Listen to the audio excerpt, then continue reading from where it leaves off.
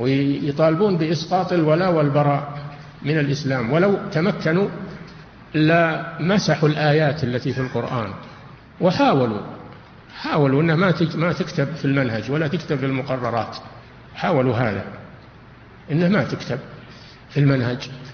فأنت تحب من يحبهم الله وتعادي من عاداهم الله. لا تتخذوا عدوي وعدوكم أولياء.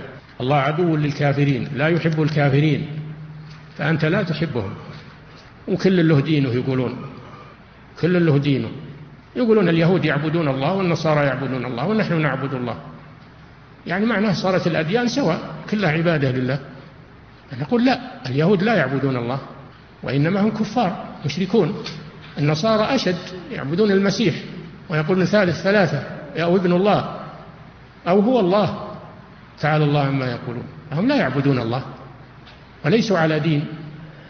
هذه من ناحية. الناحية الثانية أنه بعد مجيء الرسول صلى الله عليه وسلم لم يبق دين إلا دين الرسول، وجميع الأديان نسخت وانتهت ببعثة الرسول صلى الله عليه وسلم. فأوجب الله على جميع البشر أن يطيعوا هذا الرسول، فمن لم يطعه فإنه كافر من أي نوع كان ومن أي ملة كان، كافر. لأن موسى وعيسى عليهما السلام نزل عليهما أنه إذا بعث محمد فإنه يجب اتباعه، هذا في التوراة. وهناك من يقول نرجع إلى دين إبراهيم، ما نبي يهودية ولا نصرانية ولا إسلام، نرجع إلى دين إبراهيم. هل دين إبراهيم غير دين محمد صلى الله عليه وسلم؟ محمد صلى الله عليه وسلم بعث بدين إبراهيم. يسمون الولاء والبراء بالغلو والإرهاب والتطرف، وصرحوا بهذا في مقالاتهم. ولا يزال عفنهم يصدر الآن في الصحف والجرائد، لا يزال هذا العفن ينبعث من هذه البالوعات الخبيثة. فيجب أن نتفطن لهذا الأمر. لكن في هذا الباب بالذات، لأنه الآن هو محل العراك بين المسلمين وبين المنافقين وبين الكفار. فالمنافقون انضموا إلى الكفار الآن، كانوا في الأول ساكتين، فلما تنفس الكفار انحاز إليهم المنافقون من أبناء المسلمين، وصاروا ينادون بأفكار الكفار ويؤيدونها. فعلينا أن نتنبه لهذا الأمر وأن لا ننخدع بهذه الدعايات المضللة. نعم.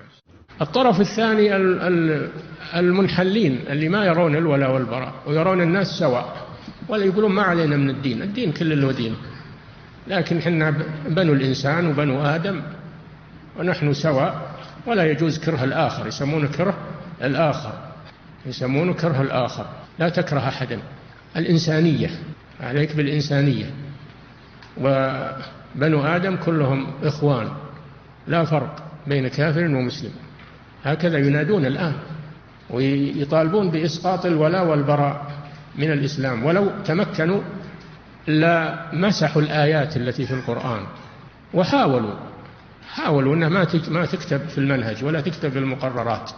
حاولوا هذا، إنها ما تكتب في المنهج، لأن هذا يقولون يشوه المسلمين ويشوه الإسلام وما أدري كيف.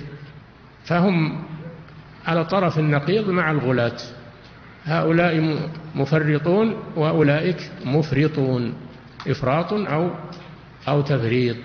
والدين الوسط هو ما ذكرنا.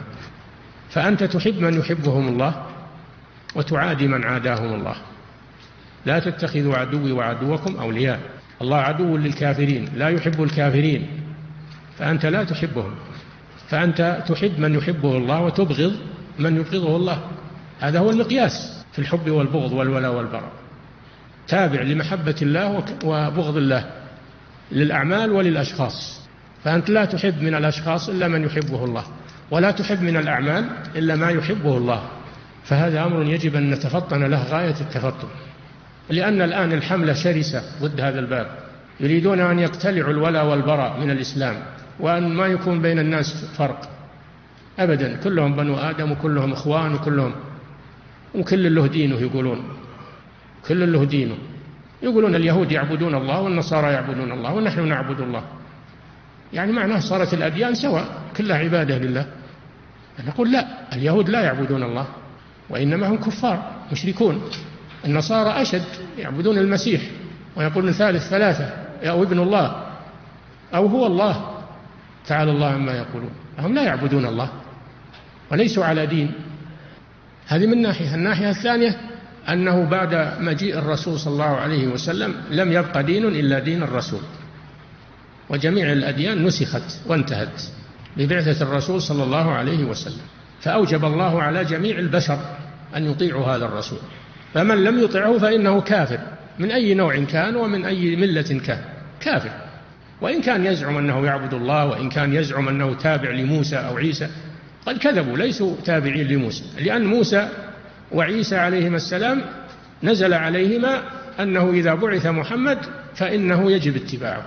هذا في التوراة، النبي الأمي الذي يجدونه مكتوبا عندهم في التوراة والإنجيل، يأمرهم بالمعروف وينهاهم عن المنكر ويحل لهم الطيبات ويحرم عليهم الخبائث، فالذين آمنوا به وعزروه ونصروه واتبعوا النور الذي أنزل معه أولئك هم المفلحون.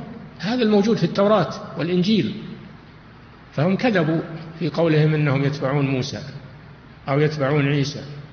وهناك من يقول نرجع إلى دين إبراهيم، ما نبي يهودية ولا نصرانية ولا إسلام، نرجع إلى دين إبراهيم. هل دين إبراهيم غير دين محمد صلى الله عليه وسلم؟ محمد صلى الله عليه وسلم بعث بدين إبراهيم، والرسل قبله بعثوا بدين إبراهيم، فكل الرسل الذين جاءوا بعد إبراهيم كانوا على دين إبراهيم. فالحاصل أنكم الآن في مفترق طرق بين هذه الفئات من الكفار ومن المنافقين ومن أهل الزيغ والضلال الذين يريدون أن يتلاعبوا بالدين وأن يحولوا الناس إلى الكفر وأن يزيلوا الفوارق بين المسلمين والكفار. يريدون أن يزيلوا الفوارق، يزيلون الكراهة، ويسمونها غلو وإرهاب، يسمون الولاء والبراء بالغلو والإرهاب والتطرف، وصرحوا بهذا في مقالاتهم. ولا يزال عفنهم يصدر الآن في الصحف والجرائد، لا يزال هذا العفن ينبعث من هذه البالوعات الخبيثة.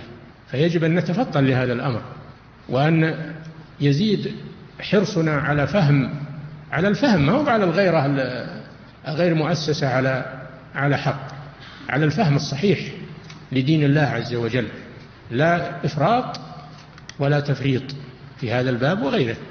لكن في هذا الباب بالذات، لأنه الآن هو محل العراك بين المسلمين وبين المنافقين وبين الكفار.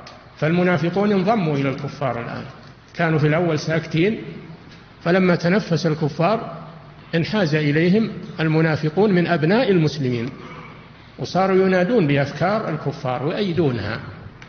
فعلينا أن نتنبه لهذا الأمر، وأن لا ننخدع بهذه الدعايات المضللة. نعم.